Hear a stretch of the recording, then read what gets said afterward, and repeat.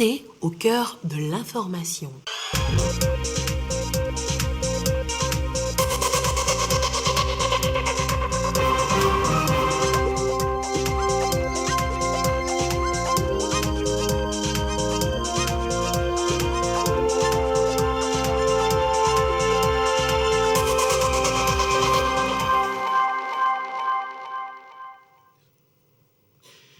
Une tentative de coup d'État serait en cours en Guinée, des bruits de bottes à Conakry, des tirs nourris d'armes automatiques tôt ce matin et toute la journée dans la capitale. Alpha Condé serait aux mains des militaires poutistes. Le nouvel homme fort du pays, le colonel Mamadi Doumbouya. La CEB a procédé à l'évacuation du trop-plein d'eau du barrage de Nangbeto. Et bien pourquoi? Le chef service d'exploitation et le directeur de la centrale se sont prononcés. Vous allez les entendre. Loyer de plus en plus cher, caution exorbitante, louer une chambre à Lomé est devenu un véritable parcours de combattant. Les détails dans ce journal. Voilà pour le sommet, où que vous soyez. Vous êtes en direct sur la télévision togolaise. Bonsoir et bienvenue dans cette édition. Toutes nos excuses pour le démarrage tardif du journal, raison liée à quelques soucis techniques. Je vous l'annonçais en titre, situation tendue et confuse à Conakry depuis ce matin.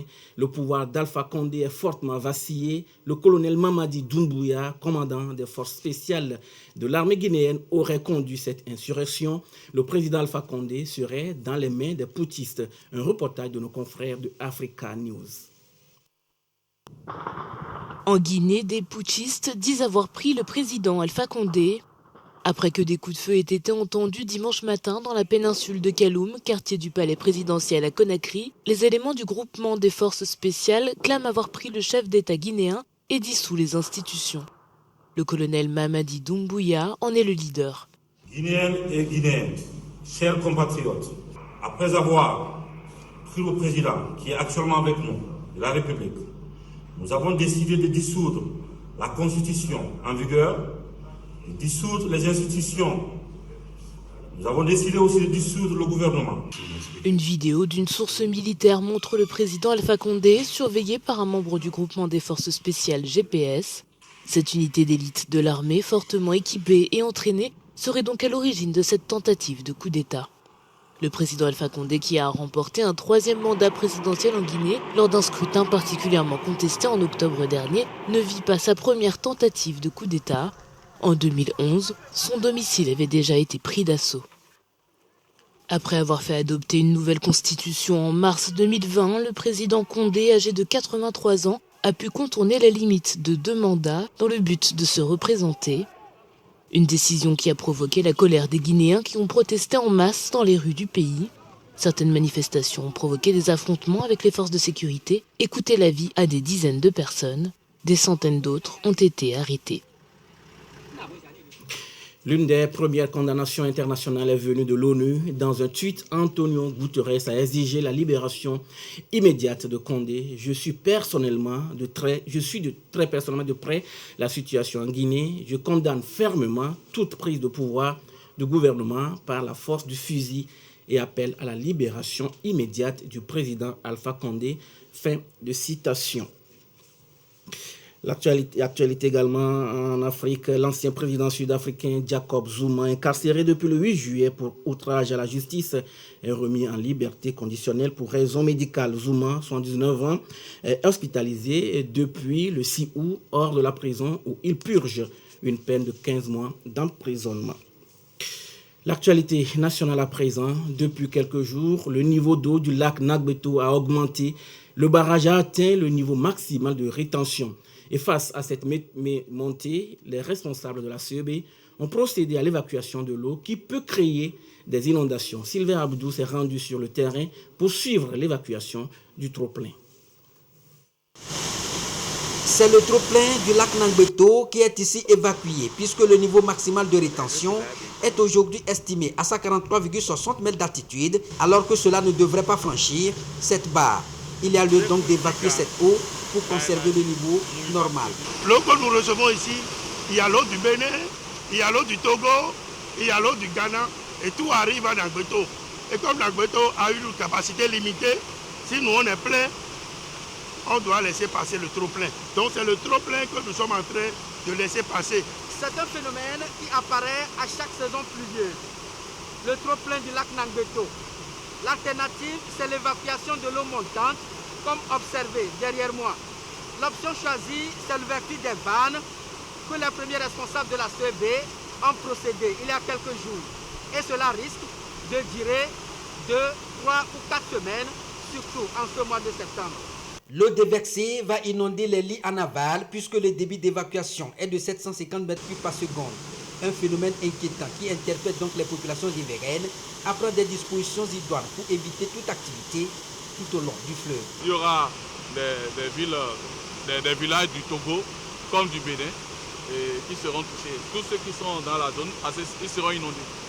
Déjà, ce débit qu'on a inonde. Donc les gens seront certainement en train de crier déjà. Et on ne peut pas dire que ça va s'arranger. Donc c'est tout le long du fleuve. Parce que ça va gonfler. D'ici demain, vous allez apprendre que dans Yoto et dans Thieume, il y a déjà inondation.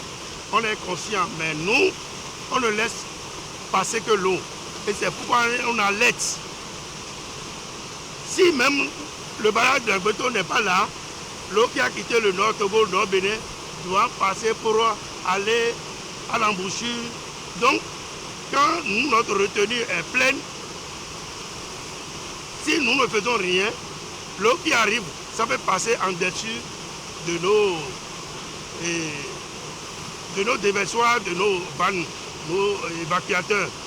Mais si la pluie continue par tomber avec de grandes averses, l'ouverture des vannes peut durer plusieurs jours avec un débit beaucoup plus fort et les lits aval seront donc inondés chaque jour.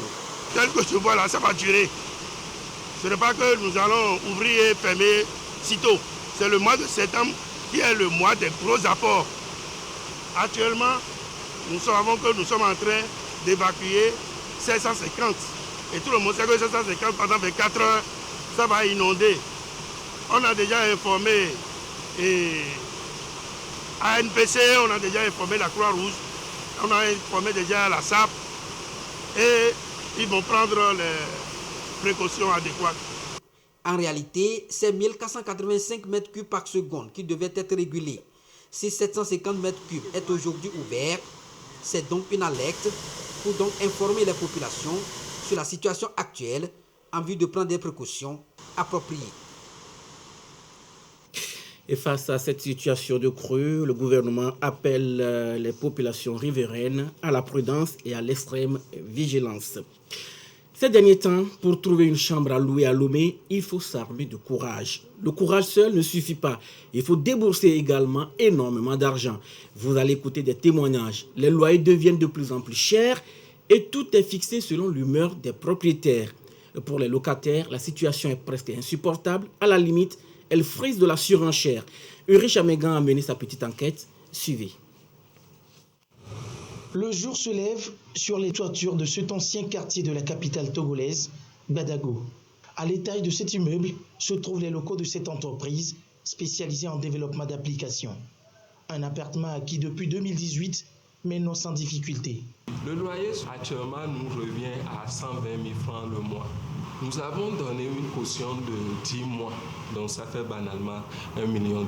C'était difficile, mais je pense que c'est le moins qu'on a eu à trouver. Toute une fortune pour se procurer un logement ou un local pour ses activités, cela est monnaie courante un peu partout dans le Grand Lomé. Cette dame, boutiquière ici à Kégué, n'y a pas non plus échappé. On a 6 mois. On a des coucou kakabe, des coucou benade, 3 mois ici. On a oué de. On a talk bena. Ta mi de coucou gande. Les obédis mouléa. Les bonnes filles vidia. Au moins, no a fait la mia kotopoa me wo. Ye nyambola ha na mi vovifia. Obe 20 000 la ha. Ke balé me verre toi. Eni be palo chama na nyu, gazé chama na nyu. Ancien comme nouveau quartier, nul endroit ne fait exception à ce qu'il convient d'appeler la surenchère immobilière actuelle. Direction Djaglé, une banlieue de la capitale. Malgré la distance par rapport au centre-ville, le phénomène de la cherté des loyers et cautions se fait de plus en plus ressentir. Tu veux prendre une pièce, par exemple, on te dit c'est à 10 000, c'est à 15 000. Et ce qui est pire même, la caution, on te demande de donner à peu près 10 mois ou bien 1 an, ce qui est insupportable. Mais au moment où tu veux partir et que tu réclames l'avance là, ça devient un problème. 3 mètres sur 4 magasins viticulteurs sont 15 000 francs par mois. On y va auprès de 2 millions. Je vais démarrer l'activité au Blonbe. Il y a 10 mois, 115 000 francs par mois, fois 10, ça fait 750 000. 750 000 là, pour 1 million et quelques. 1 million et quelques, comment je peux gérer le gouvernement néerlandais? La situation devient embarrassante, mais les propriétaires de maisons tentent de se justifier.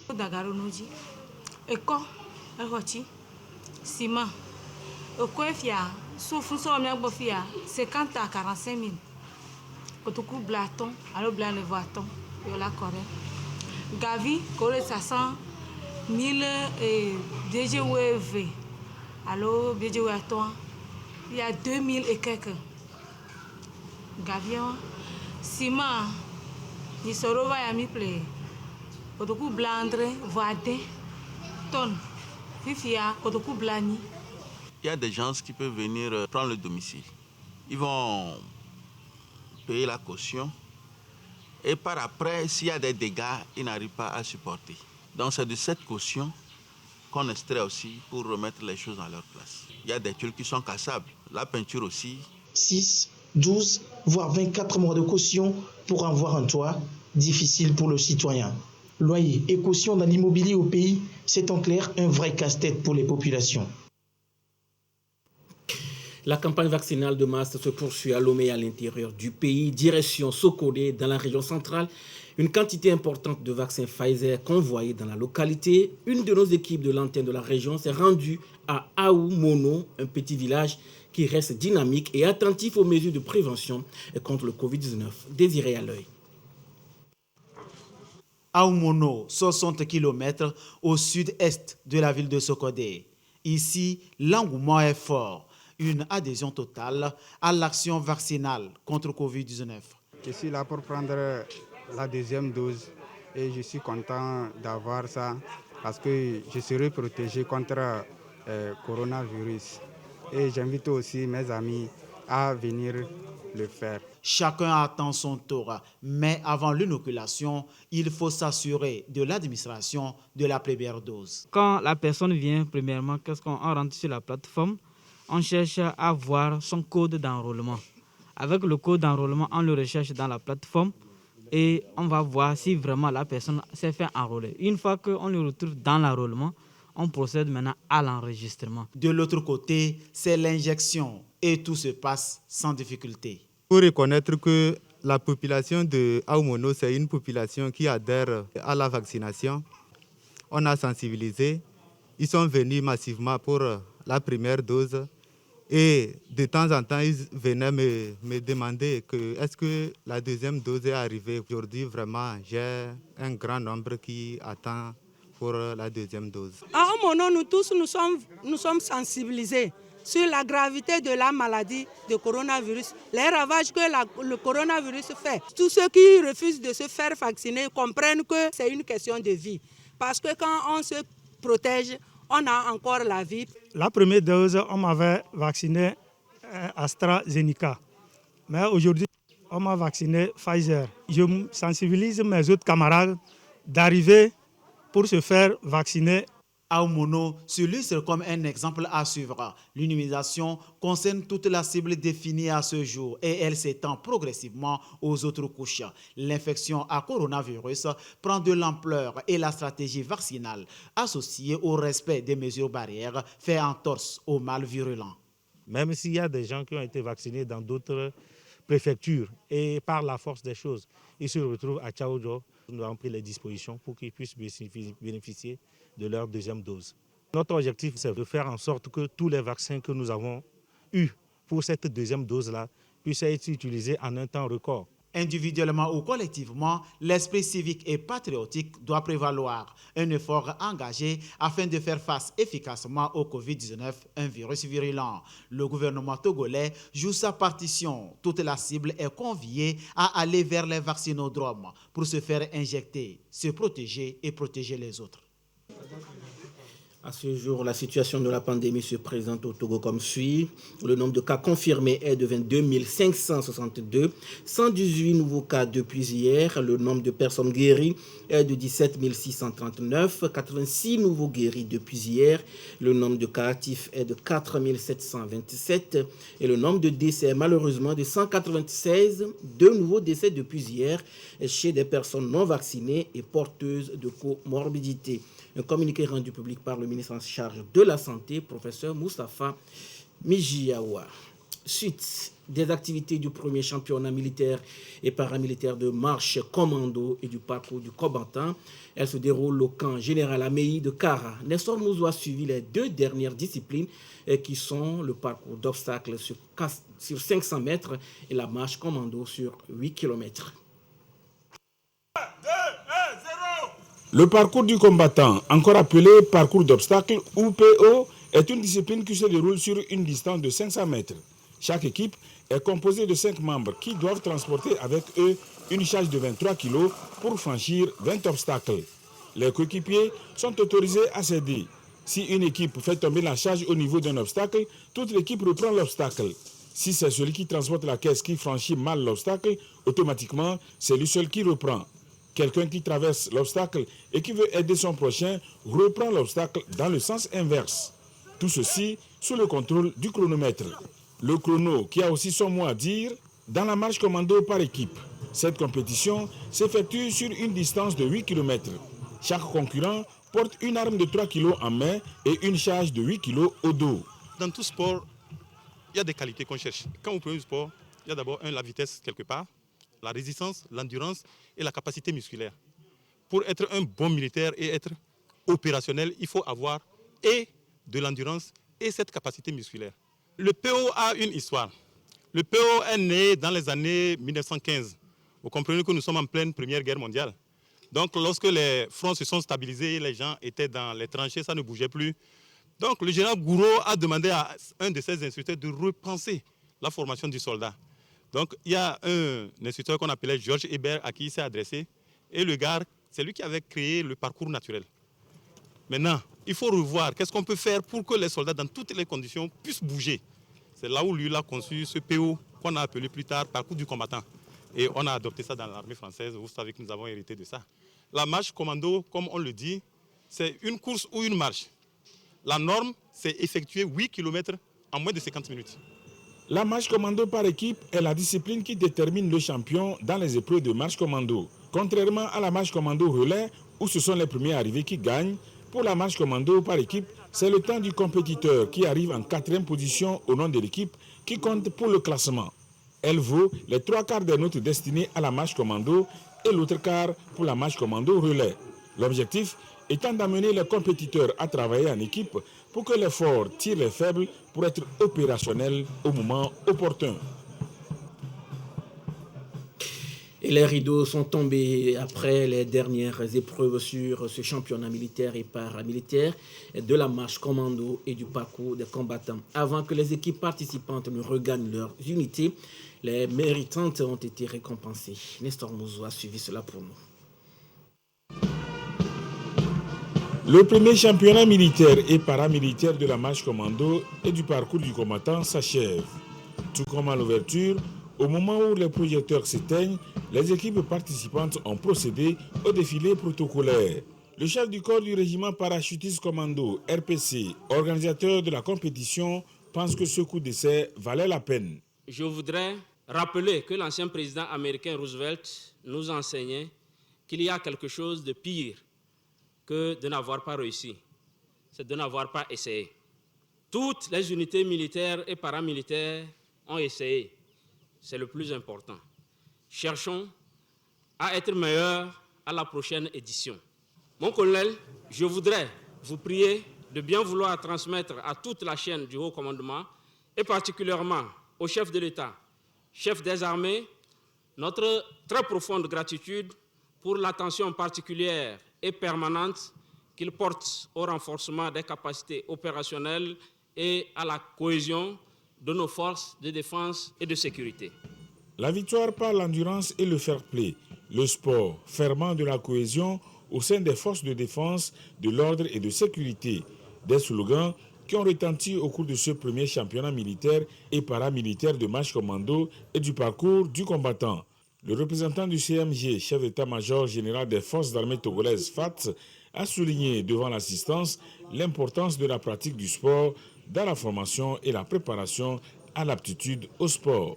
Le sport permet aux militaires d'accomplir les missions pour lesquelles il est sollicité. Le sport enseigne la persévérance et l'acceptation de l'inévitable alternance entre l'échec et la réussite.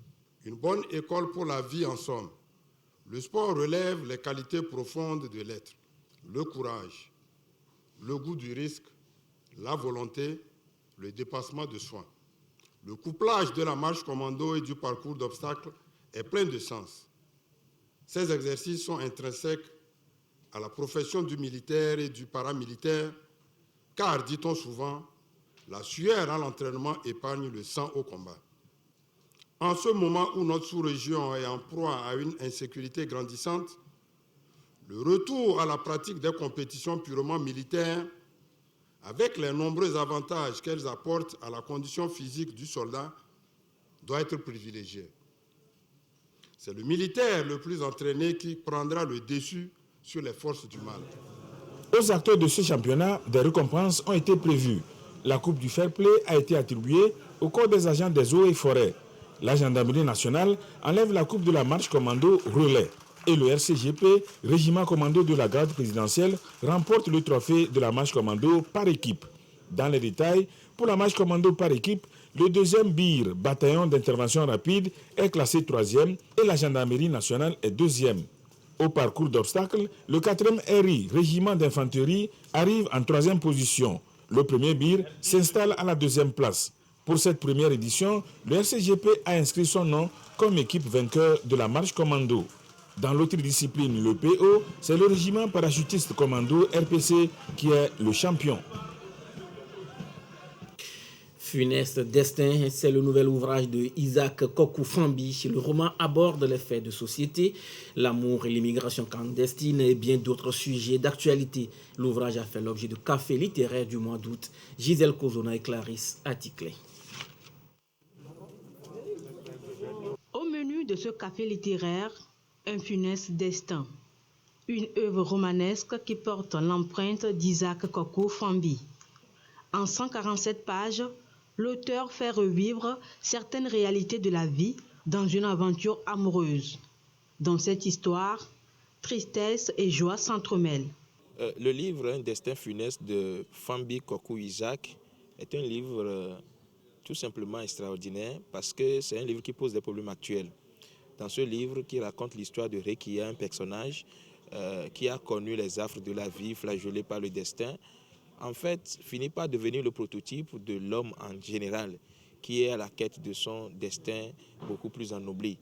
Et le bonheur qui est refusé à certaines personnes, c'est dans ce roman également que nous remarquons qu'en fait, la vie n'est pas aussi facile.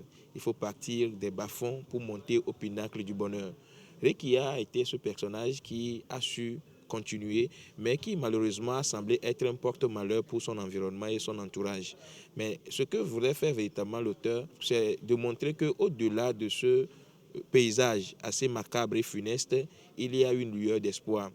Tout au long du récit, l'auteur convoque des thèmes qui animent la vie de ses personnages. Avortement, conflits religieux, immigration clandestine, homosexualité.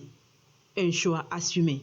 J'ai été influencé par mes préoccupations sociales, mes propres convictions, ma lecture personnelle des événements sociaux, tout ce que nous traversons en fait. Ce qui m'intéresse plus, c'est de pouvoir tolérer pour le vivre ensemble. Tolérer, parce que pour que nous vivions ensemble, il va falloir que nous bannissions un peu nos égos, nos considérations personnelles, laisser de côté les considérations ethniques et religieuses pour l'harmonisation ou bien l'harmonie dans la société en fait. Funeste destin a reçu le premier prix de la littérature en 2020. Premier roman de l'auteur révélés ici au Café littéraire du mois d'août. Football pour finir, deuxième sortie ratée des éperviers du Togo. Un match éliminatoire du mondial Qatar 2022. Le 11 national s'est fait battre à domicile par 1-0 par la Namibie. Le Togo reste ainsi dernier de la poule H avec 0 point. Voilà, ce sera tout pour aujourd'hui. Merci de nous avoir suivis. Restez avec nous sur la TVT La Première. Gardez toujours le sourire, quoi qu'il arrive. Excellente nuit à tous.